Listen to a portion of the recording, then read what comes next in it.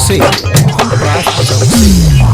बाबा विश्वकर्मा यो सुनु पुकार, बाबा विश्वकर्मा यो सुनु पुकार, बाबा विश्वकर्मा यो सुनु पुकार। खोलू न अपन बदर के बाहर, भक्तन करे अभिनंदन यो। विनती करे छी बाबा आबू दुआरी, हाथ में लके कमंडल यो। विनती करे छी बाबा आबू दुआरी, हाथ में लके कमंडल यो। विनती करे छी बाबा आबू दुआरी, हाथ में लके कमंडल यो। बाबा विश्वकर्मा यो सुनु पुकार, खोलू न अपन बदर के बाहर, भक्तन करे अभिनंदन यो। विनती करे छी बाबा आबू दुआरी, हाथ में लके कमंडल यो।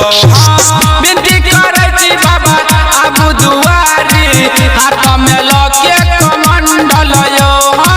विनती करे छी बाबा आबू दुआरी, हाथ में लके कमंडल यो, हाथ में लके कमंडल यो। विनती करे छी बाबा आबू दुआरी, हाथ में लके कमंडल यो। अभी आप सुन रहे हैं जय माँ काली रिकॉर्डिंग स्टूडियो फुलपरास चौक से महिमा आहा का जग में महान, हमरो बना दो न बिगड़ल काम, हमरो बना दो न बिगड़ल काम। अहि के दया से सगरो यो बाबा, मिलय सब भगतन के आराम, मिलय सब भगतन के आराम। करू न देरी हमारा बेहरी, करू न देरी हमारा बेहरी। कत सुतल छी बाबा जंगल यो। विनती करे छी बाबा आबू दुआरी, हाथ में लके कमंडल यो। विनती करे छी बाबा आबू दुआरी, हाथ में लके कमंडल यो।